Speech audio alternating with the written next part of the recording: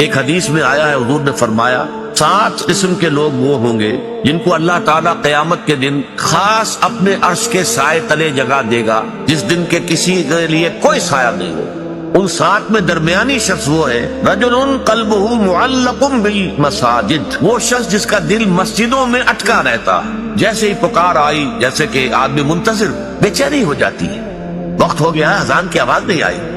لیکن جیسے آواز آئی بھاگا انسان اپنے کاروبار کو چھوڑ کر، اپنی دکان کو چھوڑ کر۔ سعودی عرب میں تو ہم نے دیکھا ہے کہ نہ شٹر بند کیا، نہ اپنے کوئی اور شے جو ہے کوئی تالا لگایا، بھاگ جاتے ہیں، بہرحال وہ چلے جاتے ہیں فوراً اللہ کے دور۔ پھر یہ کہ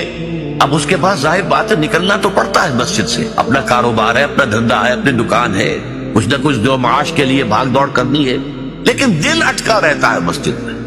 رجل قلبہ معلق بالمساجد، وہ شخص کہ جس کا دل اٹکا رہتا ہے مسجدوں کے اندر، وہ بھی ان لوگوں میں سے ہوگی جس کو اللہ تعالیٰ خاص اپنے عرش کے سائے تلے جگہ دے گا قیامت کے دن۔